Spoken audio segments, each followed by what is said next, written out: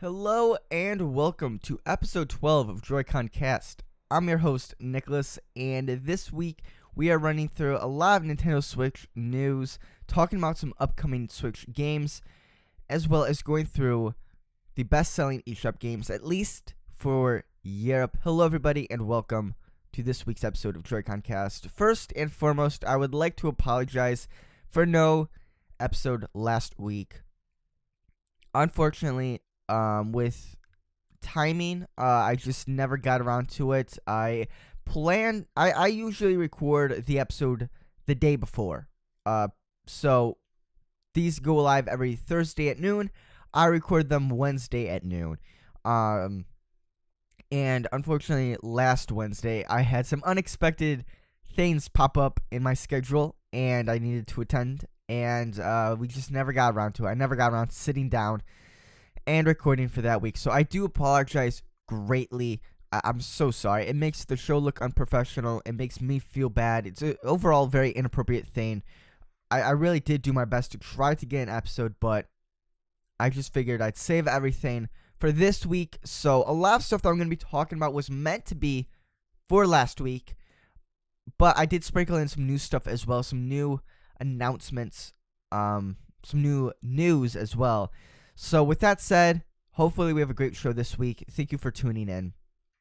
And first things first that I want to talk about right away, there's an upcoming Super Mario Maker 2 focused Nintendo Direct. It is actually happening today at 3 p.m. while I'm recording this. If you are listening on Thursday, it happened yesterday. So again, unfortunately, due to recording time, I record these the day before, so I won't be able to talk about the Direct. We will talk about it next week's episode.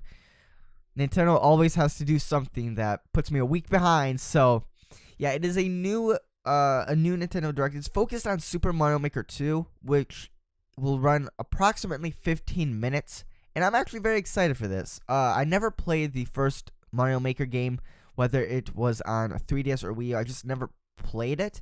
So I am more than excited for Super Mario Maker 2. When this game got announced at that one Direct, I was super excited for it.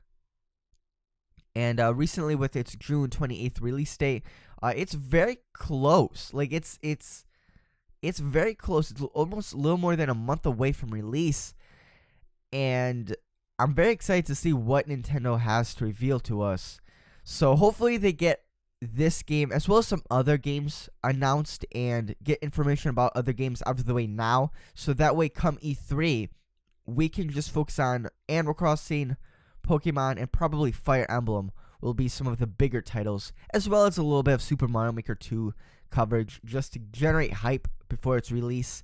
So I think within the next couple of weeks, definitely before E3, I will put together my personal wish list, my thoughts and opinions on the upcoming Nintendo E3, and we will have an entire episode dedicated to predictions for Nintendo's E3 this year.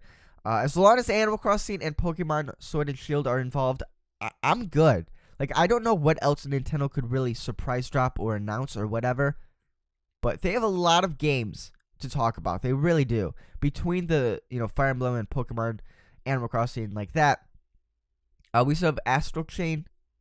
We still have Luigi's Mansion. We have a ton of other games that Nintendo can talk about. So we'll save that for another episode, though. I just thought I'd make it clear that I won't be covering the Nintendo Direct this week because it's happening after I record. Moving on, though, let's go ahead and get into some of the awesome news. The original Devil May Cry is coming to Nintendo Switch this summer. There's not too much information regarding this release. However, what we do know for sure, this is not a collection or a trilogy. So last year, it looks like PS4 and Xbox got a HD collection of the first 3 Devil May Cry games. Nintendo is not getting the same treatment. Instead, we're just getting the original Devil May Cry. Now, from what I've read, though, it is the same Devil May Cry that was included in the 2018 release on PS4 and Xbox. So this is the HD remake of the game, from what I've read. However, there's no plans on Devil May Cry 2 or Devil May Cry 3. So, good and bad news. It's good news that, hey, we're getting variety. We're getting games. Yes, it's a re-release, but it's a re-release of a game that Switch doesn't really have a lot of. So, I'm excited for it. I've never really been too heavy into the Devil May Cry games, but the game coming to Switch is exciting news for me, and I may just have to pick this game up. It'll probably hit that list of like games that it'll probably hit my Switch eShop wish list. There's a ton of games that I'm working through right now trying to buy. Saints Row just hit that. I need to buy that. I want to get Darksiders. Apparently, also, Darksiders 2 is potentially coming to Switch, I believe. So, I'm kind of excited for that. Like, I don't know. Some of these seem like quick cash grabs in a way instead of porting over newer titles. But on one hand, I have to be fine with it because I've never played some of these games. And yeah, it'd be cool if Capcom just released the latest Devil May Cry or the latest Resident Evil or the latest whatever. But at least we are getting some third-party support on Switch. Some of these games that we have on Switch now would have never popped up on Wii U. And they must be somewhat easier to port over. They must be some sort of indicator to these developers and companies as far as what consumers want, or as far as what Switch owners want. It has to be a good indicator when they sell well. Because I just read that, I think I read that Darksiders 1 sold pretty well, and what's the other game? Civilization 6? I think that's the one on Switch. That apparently exceeded expectations as well. That exceeded the expectations. So these games seem to do well on Switch. I say keep them coming. I say keep them coming. This is, re-releasing games is one of the only ways that we're going to be able to keep the legacy and history of video games alive as we move into a digital and streaming generation, and as we move away from the box art, and as we move away from, obviously you look at Nintendo and we don't really have a virtual console. We have the NES app, but let's admit it's not as good as what Virtual Console was. So re-releasing these games not only keeps the legacy and the history of these games alive, but it also brings it to a new platform, the latest and greatest platform, and it gives new players a chance to play older titles. So it does. There is some other stuff I want to talk about Devil May Cry here in a minute. But it does feel good that at least we're getting some games like this on Switch, and I'm excited for it. Although I've never been a fan of the series, I've never tried it. It's never looked interesting. But when a game comes to Switch, I at least like to give it a shot. So I will definitely be giving Devil May Cry a shot. Hopefully, though, it needs to be fairly priced. That's one thing. You can release a older game on Switch, and I'll try it out. I'll give it a shot, but it has to be on par with the other consoles. You look at what happened with Resident Evil, where it's $10 more. It's an extra $30 if you want to buy all 3 of the Resident Evil games on Switch than it is on other platforms. And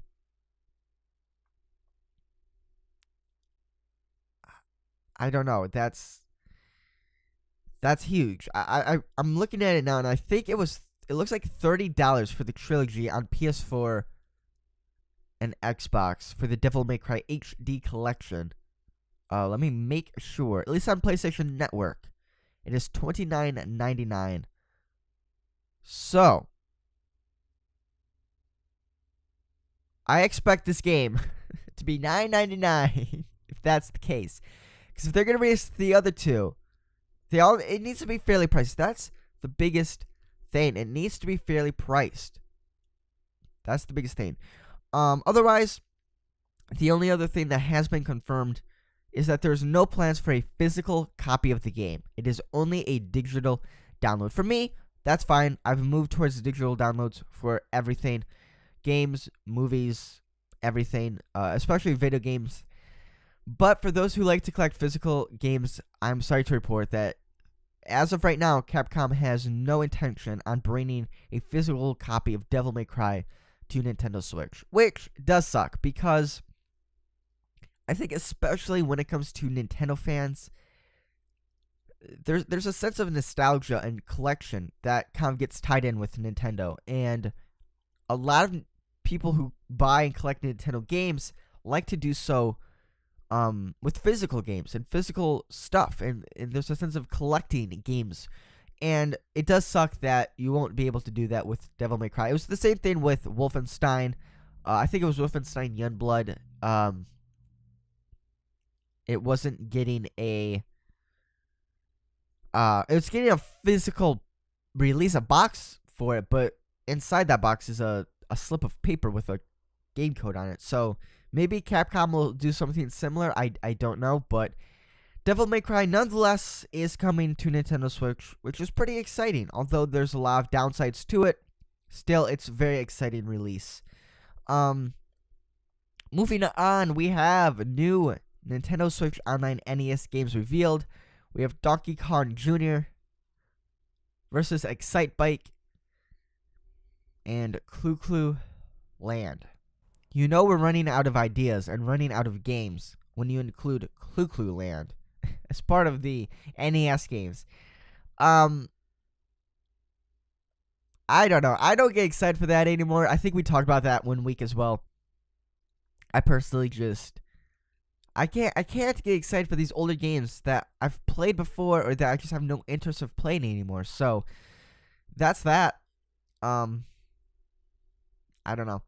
Let's talk about something that I've wanted to talk about since last week, but I didn't get a chance to, and that is Nintendo revealed the best-selling eShop games, at least in Europe. And I wanted to go through this. It's a list of 15 games. We'll start at 15 and then work our way up to number 1. And it's actually a very interesting list. So I want to run through it and then kind of give my thoughts on it because there's a little bit of everything here.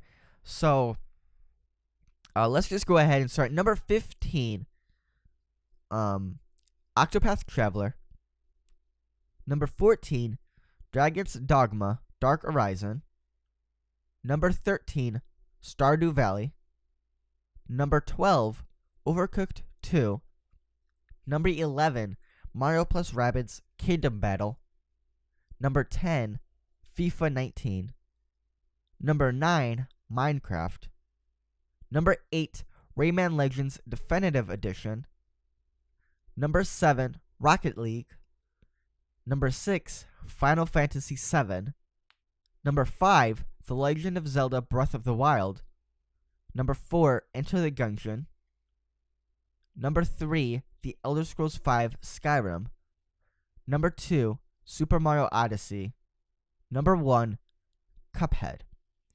So this is a really all over the place list. You have games like Skyrim, but then you also have games like Cuphead. You have games like Super Mario Odyssey, but you also have games like FIFA 19.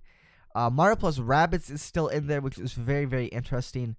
Minecraft is up there. It's in the top 10. I actually did recently pick up Minecraft on Switch. It was 30 or 33% off.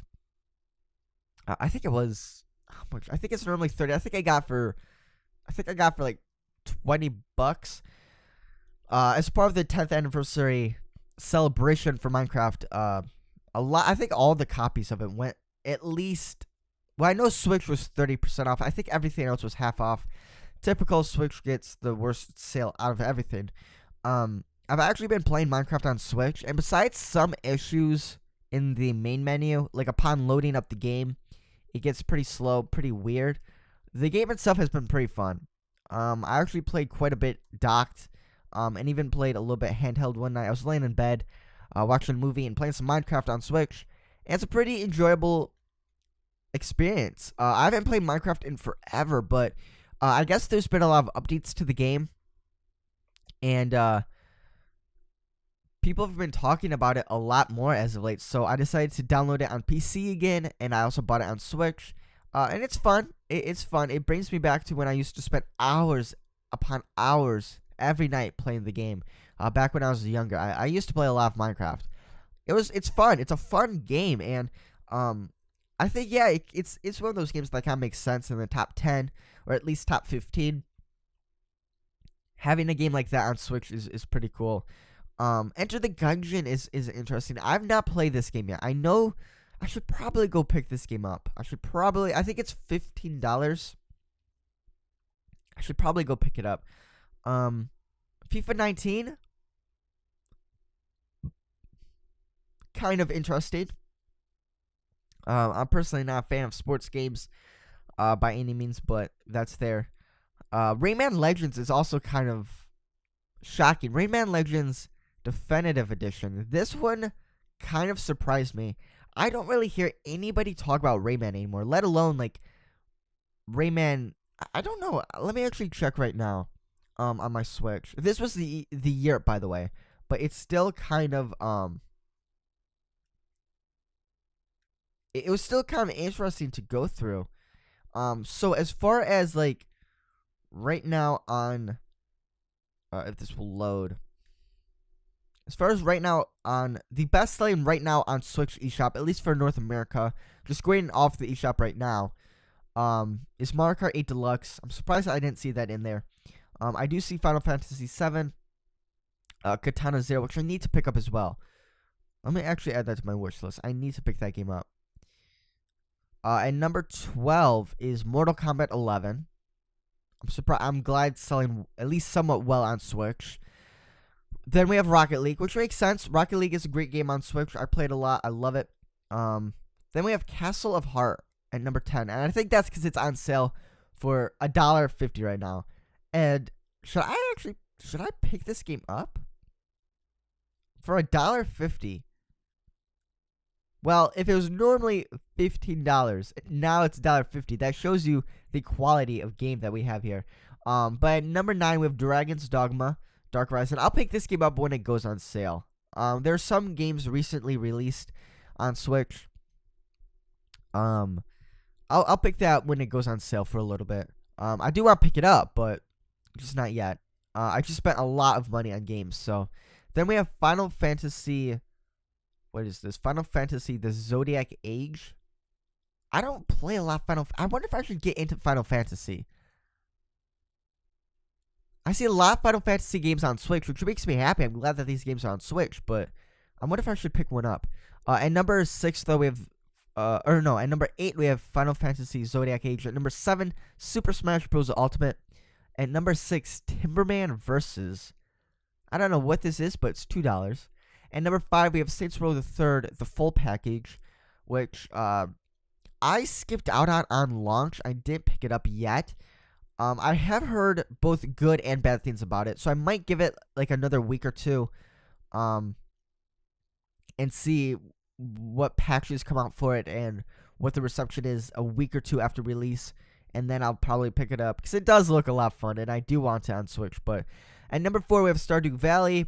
At number 3, we have The Way Remastered, which is 99 cents. It's normally $15, which again, what is the quality of game if it's that low in price?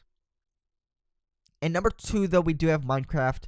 And at number 1, we have Cuphead. And of course, when you get into like the download-only games, it kind of changes. But definitely an interesting collection of games. And I always like seeing what sells well on Switch. I check the eShop a lot just to see what's selling well. And there's always like something in there. At least with the Europe, like there's just a lot of things in here that are just odd titles to have sell that well. But either way, those are the best-selling games in Europe, as well as the current best-selling on Switch eShop, at least in America. tons of good games in there. I'm glad that the Switch has such a variety of games. It really does, especially now with like Devil May Cry coming out. Cuphead recently got released. Saints Row got a release. Like, there's a little bit of everything on the Switch right now. Yeah, there's still some stuff that we're missing. There's a couple like very niche genres out there that I hope do get released on Switch, but for the most part, I'm pretty excited. I'm pretty happy with the way that Switch is shaping up. The library is definitely very it has a nice variety to it, and I'm glad about that. I want my Switch to be a very I want it to have a variety. I want there to be everything on Switch. I love my Switch. I play everything on here these days. I think I've mentioned this before. Switch is obviously my main console of choice. If it's on Switch, I buy it on Switch. There's games that I've bought on Switch that I've no interest in other than it's on Switch and it looks kind of cool. Like, if you put your game on Switch, there's an immediately I'm 100% more interested. I can guarantee you that. So, I hope more games get releases on Switch. I'm very excited for the future of Switch, especially as we get into E3 territory. But that was the top 15 eShop games on Switch. Let's go ahead and talk about some more sales figure for the Nintendo Switch. So recently, the Switch outsold the PS4 lifetime sales in Japan. So the Switch is currently at 8.1 million units sold as of April 28th, while the PS4 is at 8.0 million units sold. So at least in Japan, the Switch has outsold the PS4. And I'm surprised that, well, this is the lifetime sales. So from, when was the PS4 released? 2014? So that's actually, it's very impressive. I know Japan, I'm not sure exactly. Well, we just read about how China has a very strict rule on gaming and stuff like that. Like, I know Japan is a very mobile country. I know they love their handhelds and mobile devices and stuff like that. So it's not really a surprise to me all that much that the Switch has outsold PS4 over there. It's still interesting. It's still really cool to see. It's still cool. It's cool to hear that somewhere in the world, the Switch outsold the PS4. That's just cool. That's a cool thing to hear, nonetheless. But yeah, the Switch in Japan at least has outsold the PS4. So, Switch is definitely making its moves. It's moving up in the charts. I'm very proud. I'm very happy. With that said, though, let's talk about some upcoming Nintendo Switch games.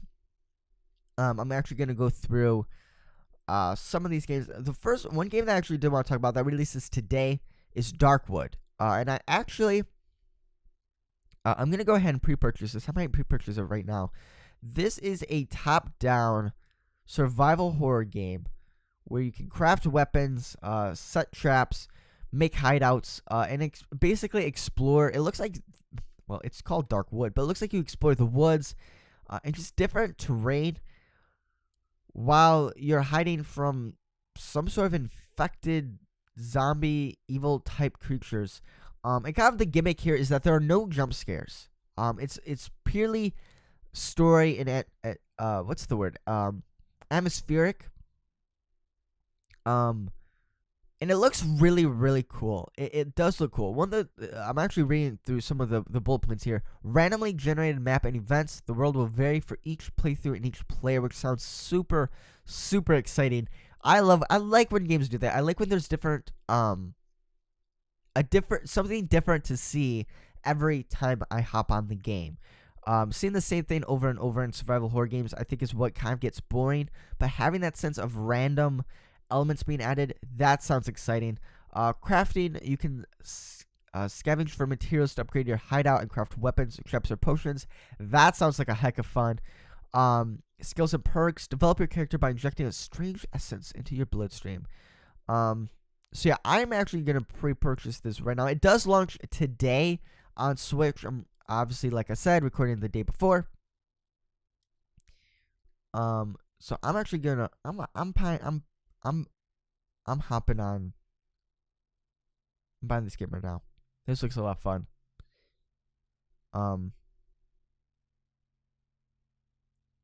Yeah, so that's one game that it looks a lot of fun. Like, I don't care for games like Resident Evil or like Alien Isolation or games like that, but this looks slightly different. And I've had my eye on it for a while. And it just looks fun. It looks really, really, really good. So I'm excited about that. And then also that's coming out today. If you're watching this on Thursday, another little game is Among the Sleep Enhanced Edition. This launches on May 29th for $24.99. I don't know if I mentioned this. I think I might have mentioned this that 1 week. Let me actually check the notes. Actually, I don't think I did. I don't think I did mention this that 1 week. But Among the Sleep launches May 29th. I played this game on PC. Apologies if I've mentioned this before. But I played this game on PC a couple years back, and it's fun. It is a fun game. If you haven't played it, I would recommend it. $25 for it may be a little steep of a price since it's only like a 4, 5, maybe 6 hour game, if that. It is a very, very quick game. It's barely 5 hours, actually, now that I think about it. It is very, very quick. Let me actually open up my Steam. I'll double check how much playtime it took me, but it is a fun game. There's nice atmospheric elements, or environments, I should say. Some of the puzzles are kind of fun. The story itself is kind of out there and kind of simple, but it gets crazy sometimes.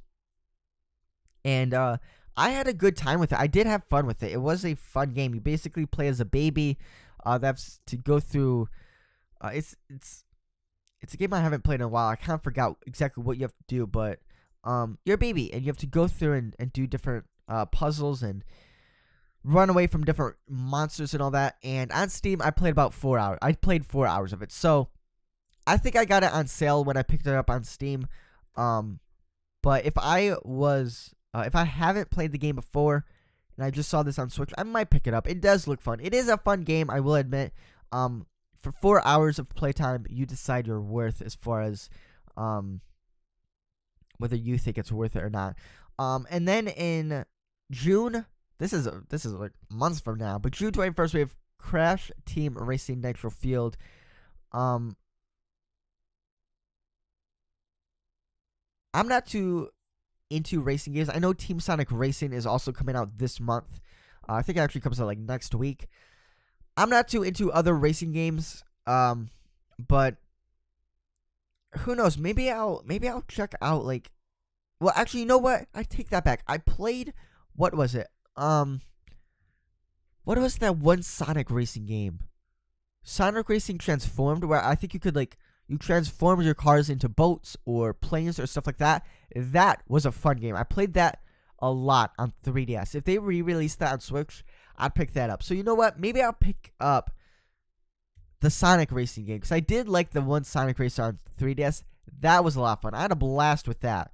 So, you know what? Maybe I will end up picking up at least the Sonic Racing game if it looks good upon release. Maybe I will.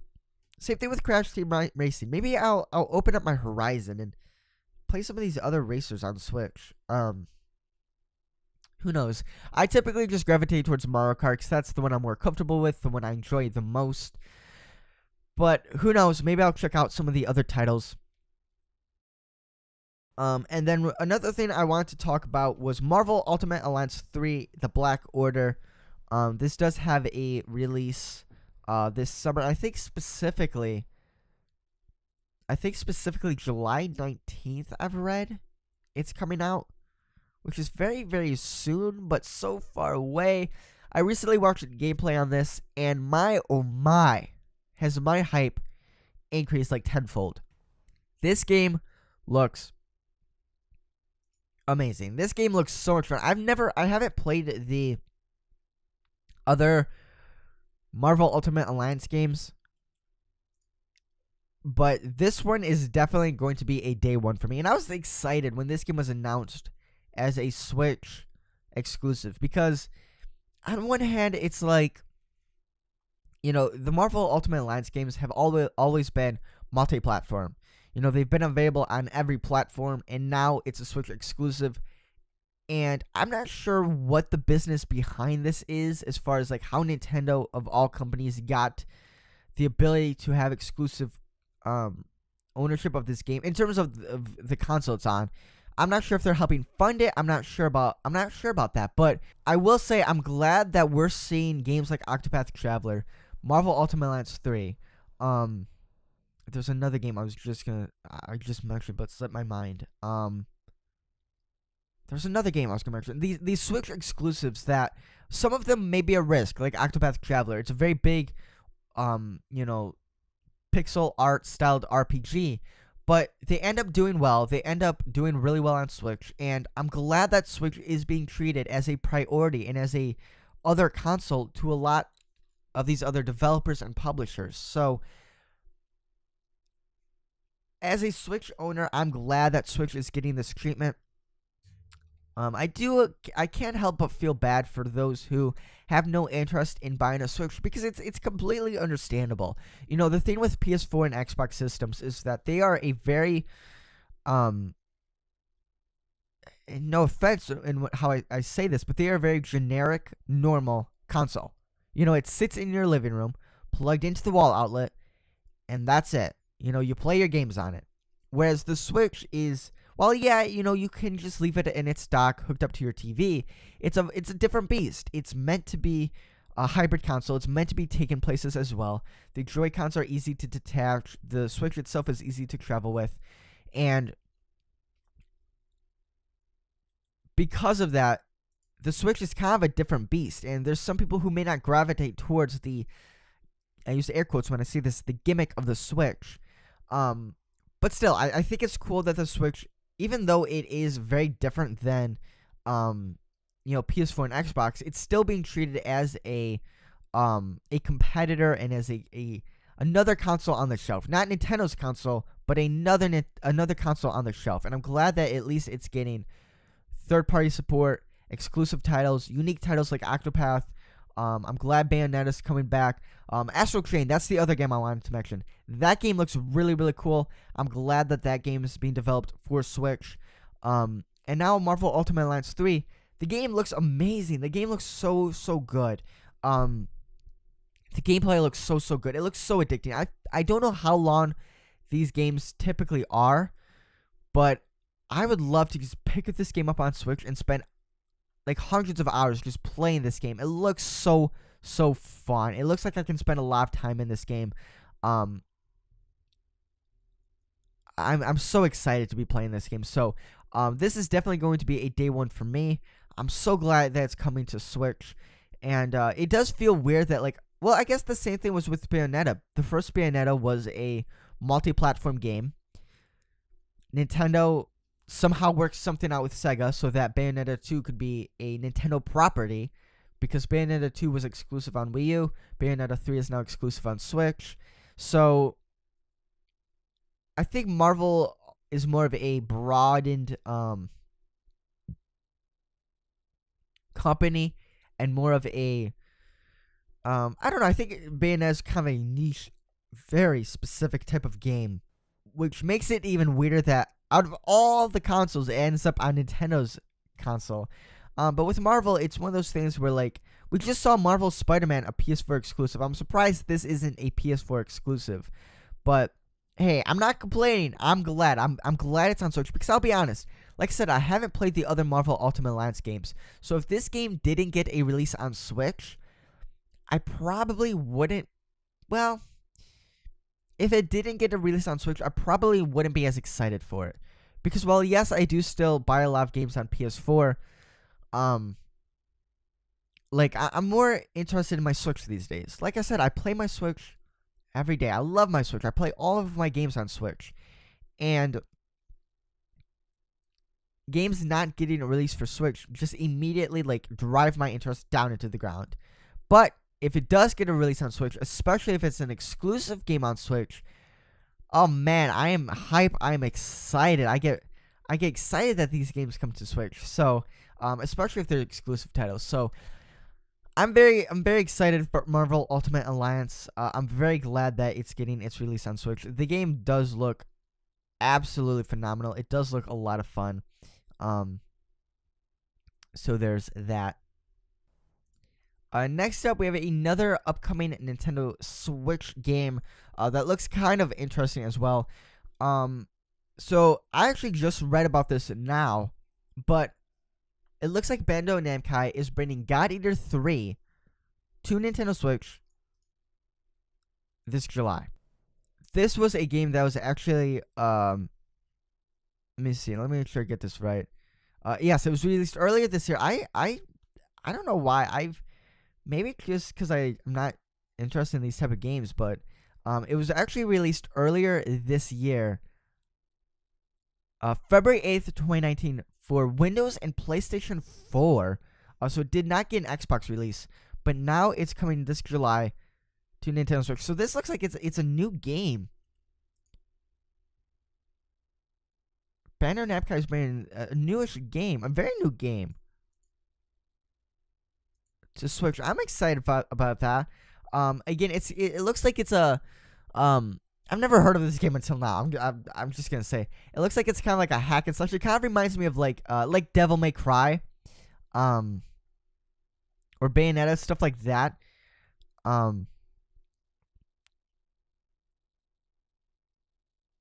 That's kind of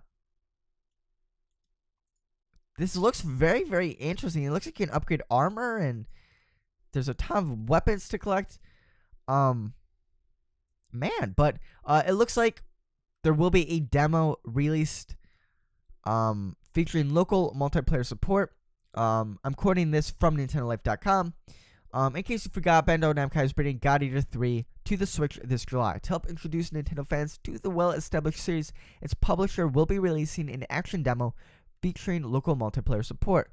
This announcement was made during an official Japanese God Eater livestream. However, it's unclear when exactly the demo will be made available to Switch owners, or if it will be downloadable in other regions. If it's not released outside of Japan, we're guessing you'll still be able to check it out with a Japanese eShop account, which should be the case. Yes, you should be able to make a Japanese eShop account and still download the demo.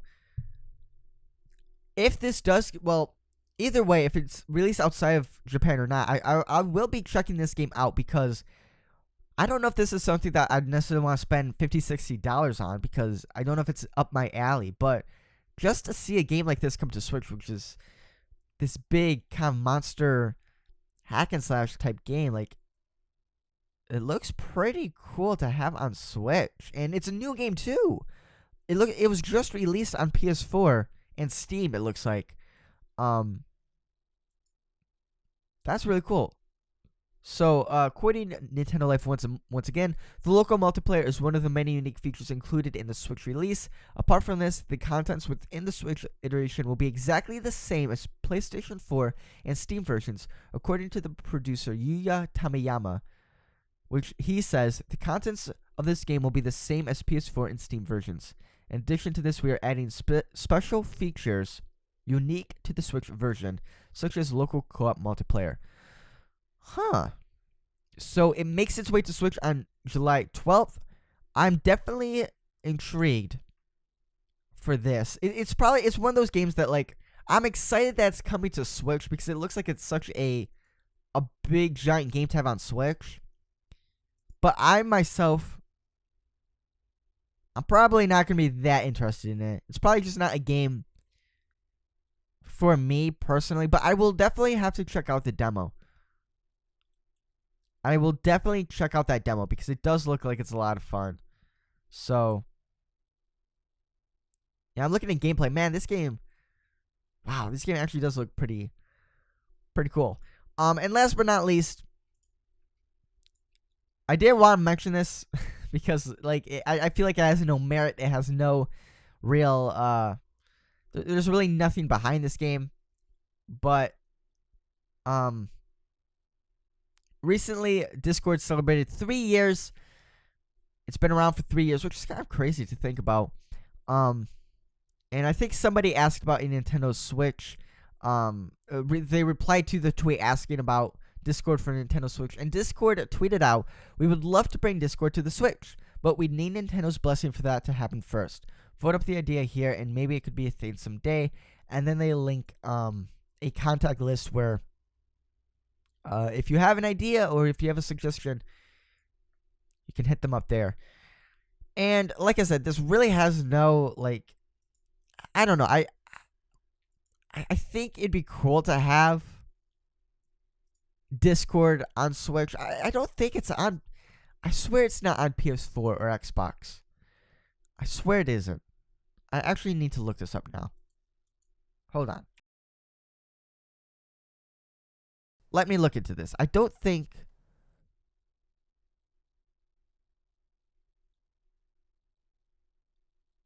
I don't think it is.